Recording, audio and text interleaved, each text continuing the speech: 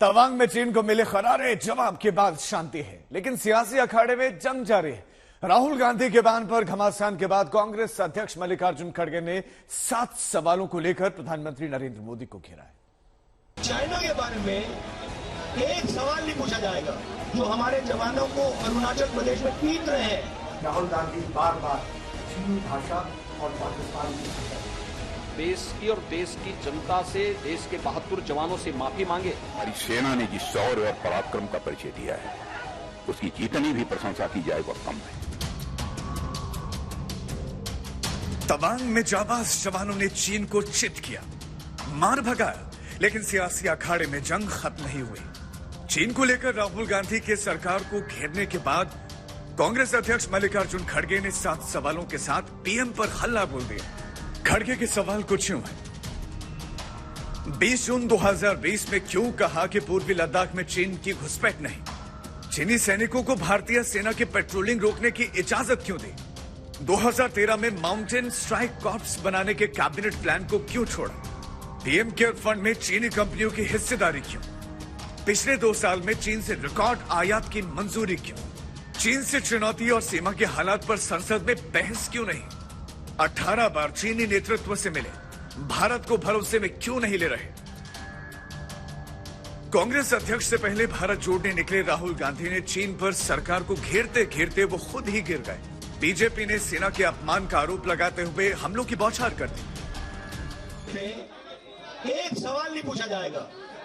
जिन्होंने 2000 square kilometre Hindustan का उठा लिया, जिन्होंने हिंदुस्तान के 20 जवानों को शहीद किया, जो हमारे जवानों को अरुणाचल प्रदेश में पीट रहे हैं, मैंने कहा हिंदुस्तान की प्रेस मुझसे इनके बारे में एक सवाल नहीं पूछेगी। सच था। राहुल गांधी का बयान सच में भारत की सेना का मनोबल तोड़ने का काम करती है और इसकी जितनी भी भर्त्सना की जाए, जितनी भी निंदा की जाए वह कम है। भारत की सेना अद्भुत शौर्य और पराक्रम की प्रतीक है। सरकार ने दावा किया कि तवांग में सेना ने शौर्य और साहस का परिचय दिया। रक्षा मंत्री राजनाथ सिंह ने संसद के बाहर भी तवांग पर विपक्ष को जवाब दिया। हमारी सेना ने जिस शौर्य और पराक्रम का परिचय दिया है,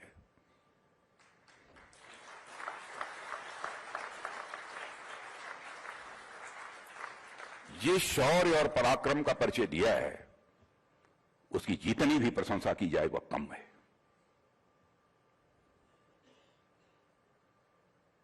मैं बहुत ही विनम्रतापूर्वक निवेदन करता हूं कि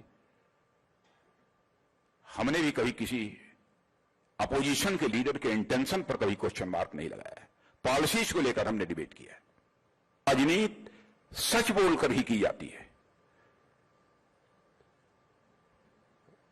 झूठ बोलकर लंबे समय तक राजनीति नहीं की जा सकती।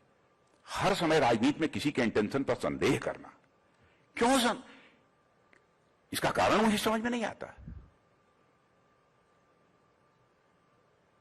चाहे गलवान हो तो तामांग हो, मैं स्वयं ही पहले कल्पना नहीं कर सकता था कि क्या इस प्रकार का करिश्मा हमारी सेना कर सकती है। जितनी भी प्रशंसा की जाए वह कम है। बीजेपी ने तो राहुल गांधी की तुलना जयचंद से कर दी, उन्हें चीन परस्त बता दिया। राहुल गांधी का ये जो जयचंद वाला चरित्र है उसको उजागर किया जाए। गलवान में चीनी सेना ने जब प्रयास किया कि वो भारत की सीमा पे घुसे, नहीं भूलना चाहिए कर्नल संतोष बाबू और 19 और जवान जिन्होंने शहादत दी। बीजेपी ही नहीं, बीजेपी शासित राज्यों के मुख्यमंत्रियों ने भी राहुल गांधी के खिलाफ हमलों की बौछार कर दी। कांग्रेस पार्टी के वरिष्ठ नेता, पूर्व अध्यक्ष राहुल गांधी का बयान अत्यंत ही अमर्यादित, बचकाना और राष्ट्र विरोधी तत्वों को प्रेरित करने वाला अंतर्राष्ट्रीय स्तर पर भारत और भारत की बहादुर सेना को अपमानित करने वाला है। हम उनके इस बयान की निंदा करते हैं। भारत के प्रधानमंत्री श्रीमान नरेंद्र मोदी जी हैं एक वैभवशाली, गौरवशाली, संपन्न, समृद्ध और शक्तिशाली भारत का निर्माण उनके नेतृत्व में हो रहा है।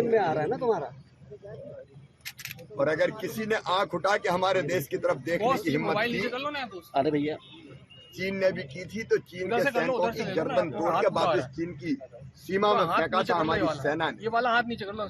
हमारी सेना का अपमान न करें। तवांग में एलएसी पर झड़प 9 दिसंबर को हुई, लेकिन सरकार को बयान देने में 4 दिन लग गए। पहली खबर सूत्रों के हवाले से आई। विपक्ष का सवाल यहीं से शुरू हो गया। बवाल शांत करने के लिए सरकार ने बयान तो दे दिया, लेकिन संसद में चर्चा की मांग को लेकर घमासान अभी थमा नहीं है। दिल्ली से हिमांशु मिश्रा के साथ आज तक ब्यूरो।